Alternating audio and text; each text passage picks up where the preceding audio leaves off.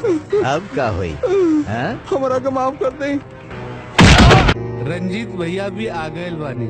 रंजीत सिंह के डिक्शनरी में माफी नाम के कोनो चीज नहीं है। ना मालिक। भाई निहोरा बाटे आप लोगों से कि भोजपुरी के गंदा मत करी जाए। जी बिल्कुल। और पूरे हिंदुस्तान में हमारे भोजपुरी को सबसे मीठा भाषा का दर्जा दिया हुआ है, उसको फूहड़ मत बनाइए, गंदा मत बनाइए। वो आपकी भोजपुरी है। नमस्कार, मैं हूं रविंद्र कुमार और आप देख रहे हैं न्यूज प्लस लाइव। आज हमारे साथ स्टूडियो में एक खास मेहमान हैं जिनका नाम है संजू सोलंकी। वो किसी परिचय के मोहताज नहीं है। भोजपुरी फिल्मों में चाहे वो रवि किशन की फिल्म हो, पवन सिंह की फिल्म हो, खेसारी लाल की फिल्म हो, और जितने भी तमाम एक्टर्स हैं भोजपुरी के, सबके साथ इन्होंने किसी न किसी रूप में अपने कैरेक्टर को अदा किया है। बाजीगर, फिल्म बेताब, धर्म के सौदागर, जो जीता वही सिकंदर।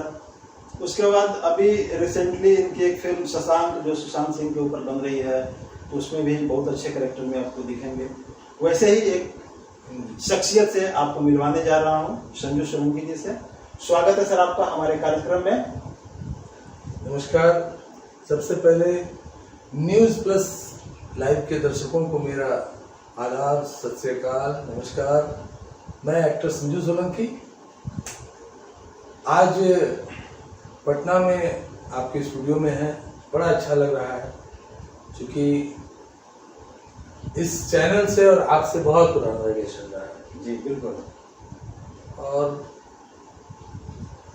आपसे बीच में बात भी होती रही कि कभी भी आइए तो आइएगा जरूर। तो मैंने सोचा कि इस बार जो है अपनी भी हसरतें पूरी कर ली जाए और साथ साथ चल के छोटा सा बना भी लिया जाए। एकदम एकदम बिल्कुल। तो बड़ा अच्छा लग रहा है आपके इस स्टूडियो में आकर के। बहुत बहुत धन्यवाद कि आपने मुझे बुलाया, आमंत्रित किया। जी आपका भी बहुत बहुत धन्यवाद। सबसे पहले हमारे दर्शकों को आप ये बताइए कि कैसे शुरुआत किया आपने सिनेमा का सफर? देखिए क्या है कि एक मैं रहने वाला खगड़िया का हूँ और बचपन से चूंकि घर में सिनेमा हॉल भी है, तो बचपन से मेरे आंख खोला तो हमें सामने गोल्डन स्क्रीन दिखा। और वो कहते हैं ना कि वही खून मेरे शरीर में दौड़ भी रहा था कि सिनेमा सिनेमा सिनेमा। थोड़ा बड़े हुए तो सिंगिंग की तरफ रुझान गया, फिर एक्टिंग की तरफ रुझान गया। इसी बीच नाटकों का मंचन शुरू कर दिया हमने और बहुत सारे मंचन किए। खगड़िया डिस्ट्रिक्ट में एक लेवल का मंचन हुआ करता था। उसके बाद फिर पटना आए। पटना में भी यही सब शुरू हुआ। होते होते होते होते अचानक से सिनेमा में आने का मौका लगा और सिनेमा में आ गए। तो पहले फिल्म कौन सी की आपने? और उसमें कैसे मौका मिला आपको? जैसे सिनेमा में सिनेमा एक अलग दुनिया माना जाता है, ये एक अलग दुनिया है, इसमें प्रवेश करना बड़ा टफ है। तो ऐसी स्थिति में कैसे एंट्री मारी आपने, उसके बारे में हमारे दर्शकों को बताएं। बिल्कुल टफ तो था ही, बहुत टफ था। क्योंकि जिस काल में हम आए सिनेमा में, उस समय सिनेमा में आना बड़ा दुरूह विषय था। कब की बात होगी सर? जब आप 2000 के बाद की 2000 के बाद, जिसमें भोजपुरी दूसरे पाली में आकर के और सुपर हिट हो गई थी ससुरा बड़ा पैसा वाला फिल्म लेकर के। तो उस पीरियड में हमने मेरा यहाँ ऑफिस था डिस्ट्रीब्यूशन का पटना में ही, आपके डिवीजन रोड में। फिर अभिनय का तो बुखार था ही सर पर चढ़ा हुआ। उसी बीच हमारी मुलाकात हुई सुदीप पांडे जी से, एक्टर सुदीप पांडे। आप लोगों को याद होगा कि भोजपुरिया अक्षय कुमार उनको बोला भी जाता था, बड़े खूबसूरत थे। भोजपुरिया भैया। हाँ, भोजपुरिया भैया और भोजपुरिया दरोगा उनकी फिल्म आई थी, क्योंकि काफी बड़ी हिट हुई उस समय में।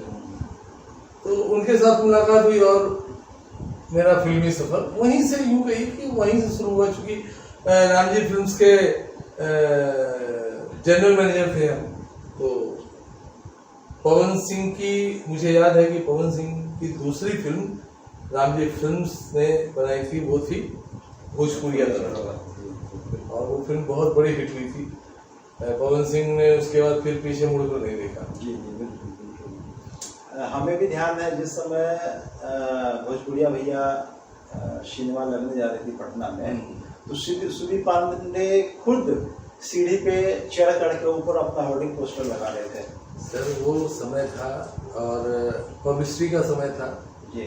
और ये चूंकि वो उनकी अपनी फिल्म थी, तो पहली फिल्म से वो दर्शकों के बीच आना था उनको, तो एक अंदर से एक एक्साइटमेंट भी होता है कि दर्शकों के बीच हम कुछ अच्छे तरीके से प्रेजेंटेशन अच्छा हो। जैसे आज के डेट में अक्षय कुमार मॉर्निंग में उठते हैं, योगा करते हैं, उन्होंने कोई गलत आदत नहीं पाल रखी है दर्शकों के नजर। जी जी।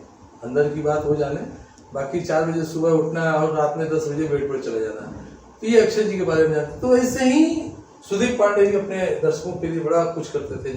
कहीं रिक्शा वाला 10 आदमी बैठ के खाना बना रहा है तो वहीं बैठ के बोलते थे कि हमको भी खिलाओ यार, तो कुछ ऐसा वो करते थे और लोगों ने उनको सर माथे पे बिठाया भी था।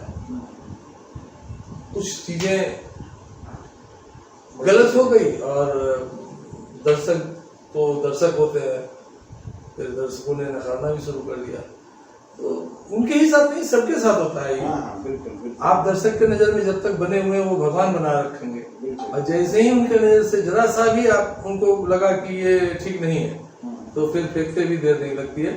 इसके उदाहरण बहुत सारे तमाम हमारे हिंदी भोजपुरी सब में आर्टिस्ट हैं। जी बिल्कुल। कल वो कहीं और था, आज कहीं और है। आज लोग उसको पूछने वाले नहीं है, कल का सुपरस्टार था। तो यही सारी चीजें हैं। तो एक वो जब दौर शुरू हुआ 2000 के बाद, वो सिलसिला एकदम लगातार चलता जा रहा है, और हम तो अभी देख रहे हैं कि लॉकडाउन में लोग घर में बैठे हुए थे और आपको सांस लेने का फुर्सत नहीं था, इतनी सारी कामें थी आपके पास। ये ऐसा इसलिए हुआ कि थैंक्स लॉकडाउन तो हम नहीं कहेंगे, क्योंकि इससे बड़े लोग प्रभावित रहे हैं और बहुत लोगों को परेशानी, पूरा इससे पूरी दुनिया डिस्टर्ब रही है, इसीलिए इसको थैंक्स तो नहीं कहूंगा। लेकिन हाँ, हमारे सिनेमा व्यवसाय में एक भूचाल सा आया है। हम लोग पहले महीने 2 महीने में 1 फिल्म 2 फिल्म करते थे। आज के डेट में सिनेमा बहुत तेजी से बनना शुरू हुआ। इसके पीछे एक ही कारण था कि सिनेमा हॉल सभी बंद हो गए और सिनेमा व्यवसाय तो बंद हो नहीं सकता है, क्योंकि इसमें करोड़ों वर्कर लगे हुए हैं। तो अब क्या हुआ कि वो बड़े पर्दे से सिनेमा व्यवसाय छोटे पर्दे पे आ गया, और छोटे पर्दे मतलब कि ये डिजिटल इंडिया। तो उसके लिए सिनेमा तो बनाना ही था, और लोग सिनेमा टीवी के लिए, टेलीविजन के लिए सिनेमा बनना शुरू हुआ, और जो सिनेमा 2 करोड़ में बनता था, 1.5 करोड़ में बनता था, वो घट के 50 लाख पर आ गया, 60 लाख पर आ गया। तो बनाने वाले भी एकदम भेड़ चाल की दुनिया में आ गए। उसके बाद कुछ चैनलों ने अपना सिनेमा प्रोडक्शन में अपना हाथ लगाया, और आज के डेट में बहुत अच्छे जगह पर है, जैसे बिग बॉलीवुड है, बिग गंगा है, बहुत सारे। तो हाँ जी। तो जो ये दौर चला आपका फिल्मों का, तो हमको लगता है कि तकरीबन जितने भी बड़े स्टार हैं भोजपुरी के, सबके साथ आपने काम किया है। तो कुछ फिल्मों का नाम आप हमारे दर्शकों को बता दें। जी जी जी। ये मेरा सौभाग्य रहा कि शुरुआती दौर से अभी तक अच्छे काम ही करते हैं, और अच्छे एक्टरों के साथ, बड़े एक्टरों के साथ, या भोजपुरी के जो धीपति लोग हैं उनके साथ काम किया मैंने, जिसमें पहला नाम रवि किशन जी का लूंगा, क्योंकि मुझे नहीं लगता है कि उनसे अच्छा और उनसे बड़ा कोई एक्टर भोजपुरी में जो उनके साथ मैंने काम करके पाया है। तो रवि जी के साथ बहुत सारी फिल्में की, उसमें कुछ नाम बिल्कुल प्रमुख हैं, जैसे बाजीगर, उसमें रवि किशन और पवन सिंह दोनों ही थे, सुबीर शर्मा, काफी बड़ी कास्ट की फिल्म थी और बड़े बजट की फिल्म थी। हाँ जी। और एक फिल्म थी धर्म के सौदागर, उसमें थे रवि किशन, सुरभि शर्मा, राकेश मिश्रा, तनुश्री, तमाम आर्टिस्ट उसमें भी थे। बाकी बहुत सारे स्टारों के साथ काम किया, खेसारी लाल के साथ काम किया, पवन जी के साथ काम किया, और बाकी जितने नए आर्टिस्ट हैं उन लोगों के साथ काम किया। अच्छा, अभी तक सर आपने जो फिल्म तो उन फिल्मों में जो भी आपने किरदार अदा किया, उस सारे किरदारों में आपको कौन सा किरदार अच्छा लगा जो आपने बहुत बेहतर ढंग से निभाया? देखिए, एक कलाकार किसी एक किरदार में बंधा हुआ नहीं रहना चाहिए और न रहता है। और वैसे भी संजू सोलंकी को आप लोगों ने वर्सेटाइल एक्टर का नाम दे रखा है। तो वर्सेटाइल बोले तो विभिन्न रूपों को लेने वाला जी। और मैंने वही किया भी। मेरी एक फिल्म से दूसरे फिल्म में आपको समानता नहीं मिलेगी, उसमें असमानता होगी, चाहे मेरे गेटअप में, कैरेक्टर में, उसके कैरेक्टर डिजाइन में, डायलॉग डिलीवरी में कुछ न कुछ अंतर रहता है। बिल्कुल। और इधर अधिक से अधिक काम करने के पीछे एक तो फिल्म भी अधिक बन रही है, दूसरा श्रेय जाता है मेरे गेटअप को। पहले हम थोड़ा सा अलग हुआ करते थे, लोग जैसे रहते हैं वैसे। अभी क्या, इस लॉकडाउन में मैंने सफेद बाल और सफेद दाढ़ी एक हिंदी फिल्म के लिए अडॉप्ट किया था। उस फिल्म का नाम था शशांक, और वो फिल्म शूट भी हुआ, बहुत प्यारी फिल्म बनी है। उस फिल्म में मैं एक मराठी कैरेक्टर मैंने किया जो मेरे लिए बड़ा मुश्किल था। आप एक हिंदी भाषी, भोजपुरी भाषी लोग हैं और वो जाकर के मुंबई का मराठी लैंग्वेज आप एक्ट कर रहे हो, तो वो अपने लिए मुश्किल था। लेकिन फिर मुश्किल का ही दूसरा नाम संजू सोलंकी है, क्या करता है। नहीं, मैं ये जानना चाह रहा हूँ सर कि आपने अभी तक जो किरदार निभाया उसमें आपने सबसे बेहतर कौन सा किरदार निभाया? आप देखिए, मेरे लिए तो हर किरदार मेरे लिए बेहतर होता है। उसमें हम जान डालने का प्रयास करते हैं। हर किरदार मैं डिफाइन नहीं कर पाऊंगा कि कौन किरदार मैंने बहुत दिल से किया। लेकिन मुझे ध्यान है, आपने फिल्म के नाम तो मुझे नहीं ध्यान है, लेकिन आपने एक फिल्म थी जिसमें मैंने उसका प्रोमो या कुछ देखा था, जिसमें आपने भ्रष्ट दरोगा का वो एक फिल्म थी, खेसारी लाल स्टारर एक फिल्म आई थी, बेताब। उसमें हाँ कुछ अलग करने का प्रयास भी किया था मैंने। और आपने सही कहा कि एकदम अलग आपका उसमें लुक दिख रहा था और एकदम डिफरेंट। उस फिल्म के लुक की वजह से ही वो फिल्म भी काफी चर्चे में थी, और उसके डायरेक्टर प्रोड्यूसर भी बहुत ज्यादा इसमें वो थे कि इस फिल्म को, और अच्छी गई भी फिल्म, बिहार बहुत अच्छी गई, और मेरे काम की प्रशंसा हुई। प्रशंसा हर फिल्म में होती है, क्योंकि काम मैं दिल से करता हूँ। कोई भी काम, या नौकर का ही कैरेक्टर होगा तो दिल से करेंगे। आज के डेट में तो बस अब इस गेटअप में हीरोइन के बाप, हीरो के बाप यही बनाते रह रहे हैं। तो चलो, जैसे जिधर गंगा बह रही है उधर ही बह जा रहे हैं। एक्टर हैं, आप जो हमसे करवाइएगा हम करेंगे। और अच्छा भी लगता है कि चलो समय के साथ बदलना चाहिए, नहीं तो समय आपको पीछे ढकेल के चला जाएगा। इसलिए समय के साथ हमने चलना शुरू कर दिया अभी। और लोग इतना इस गेटअप को अप्रिशिएट कर रहे हैं कि हर कोई फोन करके पूछता है, संजू सर बाल उजला वाला है या नहीं। तो ये मसला है, इसीलिए मैंने भी अब संजू सोलंकी को छोड़ करके लोग उनके बाल के पीछे, हाँ बाल के पीछे, बाल दाढ़ी के पीछे पड़ गए। तो चूंकि अच्छा लगता है, सिनेमा में पर्दे पर दिखता भी अच्छा है।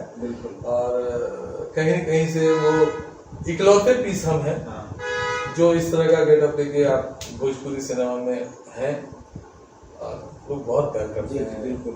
अभी रिसेंटली एक फिल्म आपने किया नेपाल के काठमांडू में, हाँ, उसके बारे में भी हमारे दर्शकों को कुछ बताएं। जी, वो आपने फेसबुक पे डाला था कुछ सीन वगैरह उस लोकेशन। जी, प्यारा लग रहा था दिखने में सर। काठमांडू के नाम से ही जहन में पहाड़, बड़े बड़े लंबे लंबे पेड़ और हरी भरी वादियां दिखने लगती हैं, बर्फ दिखने लगता है। तो हमारे प्रोड्यूसर हैं मणिशंकर प्रसाद, उन्होंने कहा कि ये फिल्म हम बनाएंगे काठमांडू में। पहले तो यहीं बिहार में बन रहा था, लेकिन बिहार में उनके पाँव को कई लोगों ने खींच खाच लिया, तो लेकर के वो काठमांडू चले गए और वहाँ फिल्म बनी। बड़ी प्यारी फिल्म बनी है। उसमें मैंने हीरो के पिताजी का कैरेक्टर किया है और बहुत खूबसूरत कैरेक्टर है, जो पूरी फिल्म का केंद्र बिंदु है वो कैरेक्टर। और बड़ा मजा आया करने में, चूंकि नेपाली टेक्नीशियन पूरे नेपाली थे। एक हीरोइन नेपाली थी, टेक्नीशियन नेपाली थे, विलन ग्रुप में मेन विलन वहाँ के थे। उन्होंने किया है, काफी बड़े एक्टर हैं नेपाल के, ध्रुव कोइराला। अच्छा। तो उन्होंने उस फिल्म में नेगेटिव किया है। और बाद बाकी यहाँ से थे अविनाश शाही थे, आनंद देव मिश्रा थे, बहुत सारे बाकी सारे आर्टिस्ट अपने आप के। बहुत अच्छी बनी है फिल्म, बहुत प्यारी बनी। बहुत कब तक वो रिलीज होने की संभावना है इसको? देखिए, हम लोगों का काम होता है काम कर देना, बाकी का काम प्रोड्यूसर का होता है कि अब उसकी डबिंग, एडिटिंग, डबिंग ये सब करवाना उनका है। एक फिल्म का जिक्र मैं और करना चाहूँगा, वो फिल्म मेरे इसके बहुत करीब है। उस फिल्म का नाम है पापा मैं छोटी से बड़ी हो गई।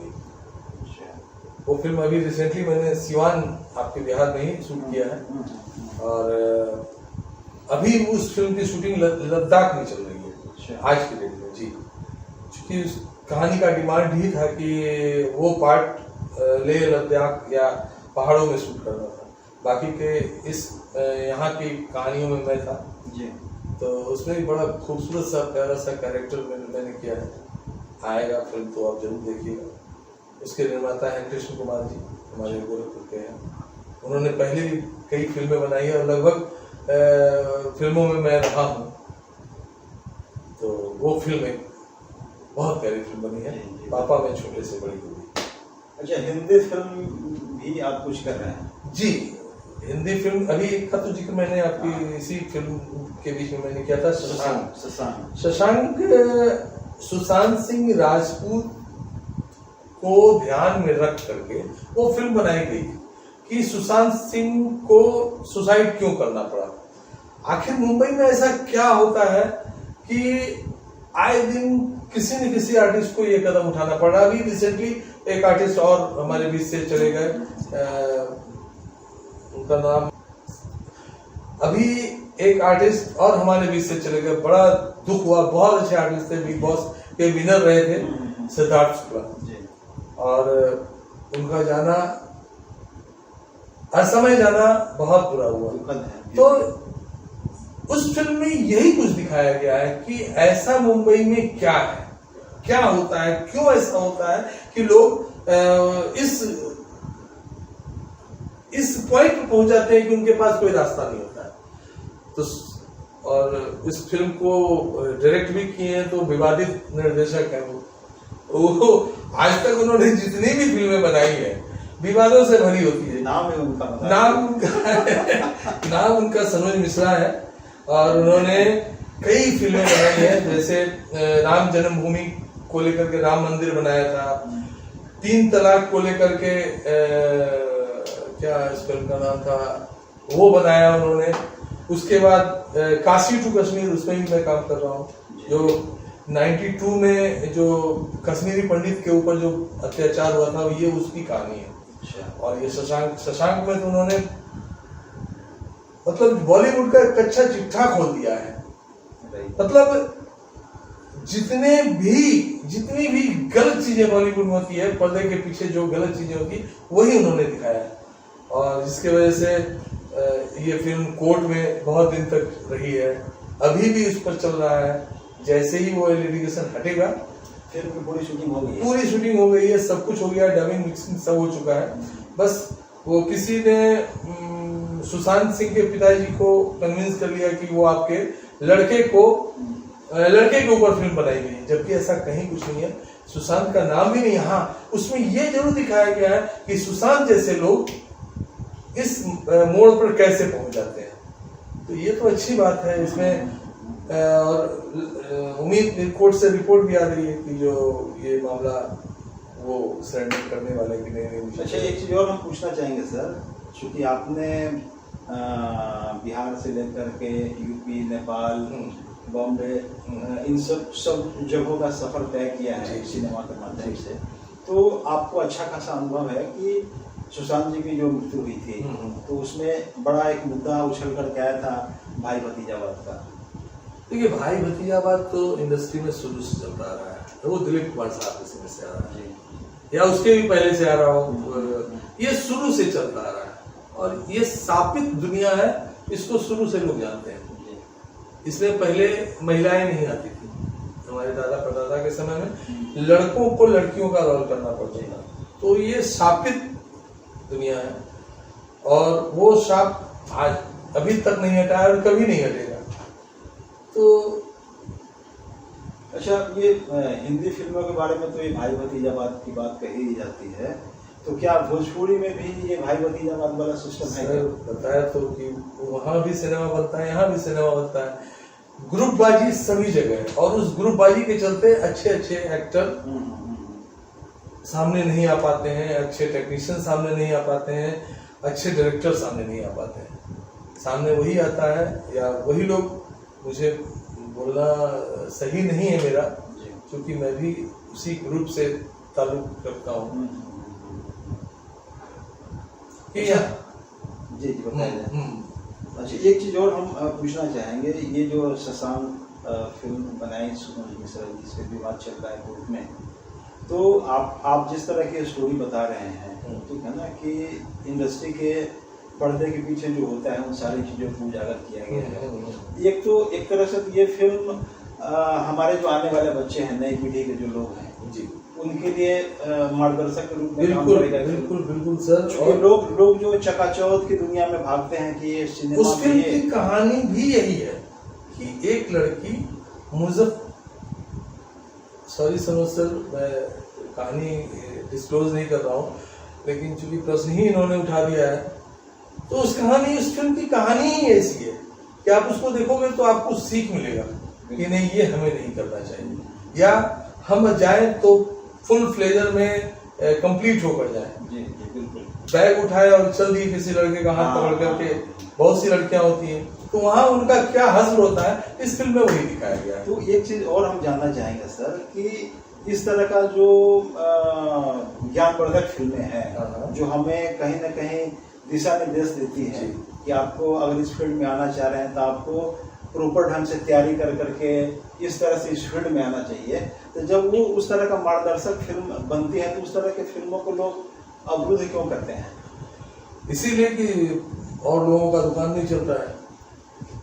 ये बात बिल्कुल सही कहा आपने। इससे जबकि मैं आपको बताऊं कि इस फिल्म शशांक और काशी टू कश्मीर या राम जन्मभूमि जैसी फिल्में सनोज मिश्रा जी को बनाने में कितनी परेशानियों का सामना करना पड़ा है, ये मैं जानता हूँ, क्योंकि उनके इन फिल्मों में मैं रहा और उनके करीब से भी उनको जानता हूँ। अभी देखिए, काशी टू कश्मीर इतनी प्यारी फिल्म बनी है कि उसको कांस फेस्टिवल में 9 जुलाई को कांस फेस्टिवल में दिखाया गया जी। तो ये सब चीजें हैं, नहीं था देर है, लेकिन सनोज जी की चीजें दुरुस्त आती हैं। और मेरा कहने का मतलब ये है सर कि इस तरह की जो फिल्में बनती है जिससे हमें कहीं ना कहीं शिक्षा मिलती है या हमें दिशा निर्देश मिलता है, तो इससे तो सब लोग का मनोबल बढ़ता है और हमारे देश के सभी लोगों को ऐसी फिल्मों को प्रोत्साहित करना चाहिए। उल्टे ये कोर्ट में उस तरह की फिल्मों को ले जाया जाता है, ये रुकावट पैदा किया जाता है, ये कहीं से भी अच्छा क्या कीजिएगा सर। हम हिंदुस्तान में है और हिंदुस्तान में ऐसी ऐसी चीजें का ही वो चलता है, लेकिन कहते हैं ना कि तुम कब तक रोकोगे हमें, मेरा काम है बढ़ना और हम बढ़ते जाएंगे। तो कुछ मेकर इसी ट्रैक पर चलते हैं कि उनको कोई मतलब नहीं होता उनके पीछे कौन क्या बोल रहा है, अपने काम से मतलब रहता है। आज न कल मंजिल तो मिलेगी और लोग उसी से जाने जाएंगे। आज सनोज जी की फिल्म मुहूर्त होता है तो लोग बोलते हैं भाई इसमें क्या मुद्दा है। तो कम से कम इतना तो हुआ कि उनको एक मुद्दे पर फिल्म बनाने वाले निर्देशक के रूप में जानने लगे लोग। और ऐसा नहीं है, उनके भी दर्शक बहुत अच्छे हैं और फिल्म जो भी उनकी बनी है वो आप देखिए। वो 3 तलाक का जो फिल्म है रोंगटे खड़े कर देता है उनका सब्जेक्ट। कौन सा फिल्म है वो उस फिल्म का नाम मैं मिस कर रहा हूँ, शायद राम जन्मभूमि में ही है वो। अच्छा हाँ, पार्ट बना हुआ कि मतलब मैं आपको बता रहा हूँ कि आज वो फिल्म यूट्यूब पर है, आप उसको निकाल, आपके रोंगटे अगर नहीं खड़े हो गए तो आप कहिएगा। मतलब अपनी बहू के साथ वो हलाला करता है, बेटे की बीवी है और ससुर के साथ सोती है, कितना बड़ा मुद्दा है। और उसके बाद बेटा बोलता है कि मेरा क्या हुआ, बोलता है कि हम क्या करें, हम नहीं छोड़ेंगे। तो ऐसी ऐसी समाज में कुरीतियां हैं जिस पर वो सिनेमा बनाए हैं। चलिए अब इन सब से आगे बढ़ते हैं। एक और समस्या है हमारे सिनेमा इंडस्ट्री में भोजपुरी को लेकर के। सिनेमा में, भोजपुरी सिनेमा में जो अश्लीलता है उसके लेकर के भी बड़ी चर्चा होती रहती है। देखिए, अश्लीलता थी, अब नहीं रही। अब आप पूछेगा कि अब क्यों नहीं रही, सिनेमा तो आज भी बनता है। तो पहले सिनेमा बनता था बड़े स्क्रीन के लिए, बड़े पर्दे के लिए, तो हमें खूब याद है और हम भी उस फिल्म के पार्ट हुआ करते थे जिस समय।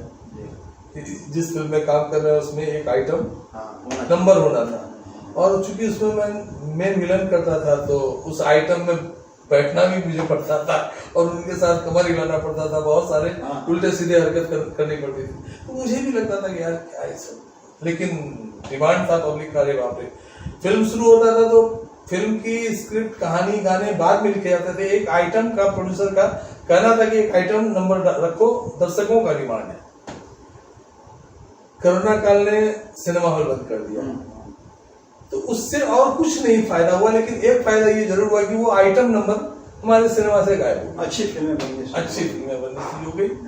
और चूंकि आइटम गायब इसलिए हुआ कि अब सिनेमा टेलीविजन के लिए बनने लगी और टेलीविजन घर में लोग देखते हैं, तो अब उस आइटम को अगर डालेंगे तो वो निर्माता, वो निर्देशक को सुनना पड़ेगा, आलोचना सहनी पड़ेगी। तो इसीलिए अब आइटम का माहौल धीरे धीरे खत्म हो रहा है। एक चीज आप जानना चाहेंगे, वो चलिए भोजपुरी में ये लॉकडाउन ने एक्चुअली वो उस चीज को सीधा कर दिया है, लेकिन अभी भी जो एल्बम्स बनते हैं अपने बिहार में, तो अपने आसपास बहुत सारे सिंगर हैं जो अभी भी असली टाइप का गाना गाते हैं, और उस गाने को आप सुनेंगे तो लगेगा क्या तेरी के, ये तो भोजपुरी का एकदम दशा दुर्दशा कर दिया। आपके इस प्रश्न पर मुझे थोड़ी सी हंसी आ रही है, क्योंकि एल्बम की दुनिया के बादशाह के रूप में रविंद्र कुमार जी को हम जानते आए हैं। इन्होंने ही इस पूरे बिहार में क्या, इनके आपकी शाखाएं बम्बई तक फैली हुई है, इसी एल्बम के ही थ्रू आप जाने जाते रहे हैं, आप किंग मेकर रहे हैं। हाँ, लेकिन उस समय ऐसा कुछ नहीं था। जब आप इंडस्ट्री में आए थे, आप थे, आपका सारा सब सेटअप यहाँ चलता था, आपका जलवा था, वो मैंने देखा है। पवन सिंह को आपने सामने से खड़ा किया, पवन सिंह छोड़ दीजिए और भी जितने, तल्लू तो बच्चा ही था आपके लिए, तो वो सारे लोग। लेकिन अब क्या हुआ, इधर विगत 5-7 सालों से कुछ गंदी मानसिकता के लोग आ गए हैं और उन्होंने 1-2 गाना गाया, उस पे कुछ वर्ग लोग उसको उत्साहित करने के लिए थोड़ा सा सीटी वीटी बजा लिए और थोड़ा सा डीजे वीजे पर अब उन्होंने ट्रैक बना लिया कि इसी ट्रैक को लेके चलना है तो फायदा होगा। फायदा तो होता ही है, व्यूअर्स आज के डेट में डिजिटल इंडिया है तो व्यूअर्स वगैरह भी मिलते हैं, उसको उन्हीं से फायदा होता है, उससे ही पैसे आते हैं। लेकिन ये गलत है और बिल्कुल सरासर गलत है। कहीं भी ऐसा गाना सुनने को मिलता है तो सब से नजर झुक जाती है। देखिए कहीं ना कहीं इस तरह के गाने गा करके जो हमारे सिंगर्स हैं जो गाना गाते हैं, या हमारे जो गीतकार हैं जो गाना लिखते हैं, तो उन सब लोगों की भी जवाबदेही बनती है कि अपनी भोजपुरी भाषा को खराब। बिल्कुल सर, मैं तो आग्रह करूंगा आपके चैनल के माध्यम से उन सबों से कि भाई निहोरा बाटे आप लोगों से कि भोजपुरी के गंदा मत करी जाए। जी बिल्कुल। और बचा ली काम करके पैसा कमाना से कोनो नाम ना होगी। एकदम सही कहा। और बस इतना ही रिक्वेस्ट करेंगे कि बॉस पूरे हिंदुस्तान में हमारे भोजपुरी को सबसे मीठा भाषा का दर्जा दिया हुआ है। उसको फूहड़ मत बनाइए, गंदा मत बनाइए। वो आपकी भोजपुरी है, बस इतना और क्या बोलता है। एक चीज और कहना चाहेंगे, 80 के दशक में जब फिल्में बनती थी भोजपुरी, जिस टाइम में धरती मैया, गंगा किनारे मोरा गाँव, इस टाइप में जो फिल्में बनती थी, तो उस फिल्मों की जो मिठास होती थी, आज जो भोजपुरी फिल्म हम लोग देखते हैं तो कहीं ना कहीं लगता है कि वो मिठास गायब हो गया भोजपुरी फिल्मों से। ऐसा क्यों? बिल्कुल, उसके पीछे भी वही रीजन है ना, लिखने वाले वैसे रहे नहीं, म्यूजिक देने वाले वैसे रहे नहीं। उस समय चित्रगुप्त जी थे जी। आज के डेट में शोर कम, म्यूजिक कम होता है, शोर ज्यादा, म्यूजिक कम होता है। उस समय की म्यूजिक में, उस समय की कहानियों में, उस समय के कलाकारों में, उस समय के लोकेशंस में इतनी खूबसूरती हुआ करती थी कि गंदगी का तो जगह ही नहीं होता था। पद्मा जी भी अगर आइटम उसमें करती थी तो वो भी सलीके का लगता था। जयश्री आइटम करती थी, उसमें आइटम क्वीन यही दोनों थी भोजपुरी में, पद्मा जी और जयश्री। तो ये भी पूरे अदब में, हिसाब में। और देखिए, आर्टिस्ट गंदा नहीं करता है, आर्टिस्ट को वो शब्द मिलते हैं गंदे, जिसकी वजह से वो गाना गंदा लगने लगता है। ठीक है, तो देखिए कहीं ना कहीं तो लिखने वाले भी वही कर रहे हैं, सबसे ज्यादा दोषी वही है। लिखने वाले लिखते हैं। अगर आप नहीं लिखेंगे नहीं तो आर्टिस्ट उस पर आएगा, कैसे करेंगे? बिल्कुल। तो ये और एक चीज और हमें लगता है सर, क्या कि जो भोजपुरी फिल्मों की आज जो दुर्दशा होगी, आज आपको ध्यान होगा 80 के दशक में जो फिल्में बनती थी तो वो 2-2 महीना तक सिनेमा हॉल में लगी रहती थी, 3-3 महीना तक सिनेमा हॉल में लगी रहती थी, और पैसा बटोर करके लोग निहाल हो जाते थे। वही बात है ना। लेकिन आज देखिए ना, आज एक सप्ताह में फिल्म नहीं चलती है भोजपुरी की, मालूम होता है कि उत्तर में। तो सर बात तो वही है कि उस समय की फिल्मों में मिठास होता था, गाना होते थे। मतलब मुझे याद है कि गंगा किनारे मोरा गांव हो, घर पहुंचा दे देवी मैया, इन सभी गानों में जो मिठास थी वो है ही नहीं आज के डेट में। तो हम खुद उस फिल्म इंडस्ट्री के हिस्सा है, लेकिन अभी आप हमसे पूछिएगा तो 2-4 गानों को छोड़कर मुझे जरा भी याद नहीं कि कौन से गाना है, किस फिल्म में कैसे गाने थे, जबकि मैंने उस पर एक्ट भी किया है, लेकिन मुझे नहीं याद है। तो इसके पीछे वही रीजन है कि गानों का बस आना होता है। मुझे एक चीज और लगता है, उस समय बनाने वाले जो फिल्म मेकर थे बड़े प्रेम से फिल्म बनाते थे भोजपुरी की। और हमें ध्यान है कि यहाँ जब पटना में, बिहार में जब सिनेमा बहुत ज़्यादा विकसित नहीं हुआ था, लाइट बहुत पर्याप्त मात्रा में नहीं थी यहाँ पे, तो लोग 2-3-4 दिन शूटिंग करके पैकअप कर देते थे, फिर 2 महीना के बाद शूटिंग शुरू करते थे, और ऐसे करके 6-6 महीना, 7 साल बाद शूटिंग होती थी फिल्म की, तब एक फिल्म बनती थी। देखिए पहले क्या था ना कि अगर हमको सरसों का खेत दिखाना है, हाँ, तो उस टाइम के, उस वातावरण का इंतजार किया जाता है। आम के टहनियों पर अगर हमको अमोली दिखाना है तो आम के सीजन का इंतजार होता था। खेत में गेहूं लगा हुआ, लहलहाता हुआ दिखाना है तो उस समय की इंतजार किया जाता था कि ये गेहूं का सीजन कब आ रहा है। तो अभी तो क्या है कि सारी चीजें डिजिटल हो गई हैं, आप भी देखते हो, देख के निकल लेते हो, आपको भी उससे कोई अटैच नहीं होता है। बिल्कुल सही कहा आपने जी। चलिए, अभी हमारे साथ संजू सोलंकी जी थे और बहुत सारी प्यारी प्यारी बातों इन्होंने हमारे साथ साझा की आपके लिए, और इसी तरह आगे नेक्स्ट अगले वीक में फिर एक नए कलाकार के साथ हम आप लोगों के सामने रूबरू होंगे। तब तक के लिए विदा दीजिए। सर, आपका भी बहुत बहुत स्वागत, अभिनंदन, आप हमारे कार्यक्रम में आए, अपना समय दिया, आपका बहुत बहुत धन्यवाद। शुक्रिया आपके तमाम दर्शकों का जो आप देख रहे हो, और आपके चैनल का भी है कि न्यूज प्लस लाइव, खबर है तो दिखेगा, खबर है तो दिखेगा। तो बस हम लोग भी चाहते हैं कि खबर में बने रहें ताकि हम भी देखते रहें आप लोगों को और आप दिखाते रहिए। बहुत बहुत शुक्रिया, थैंक यू, बहुत बहुत धन्यवाद। Thank you.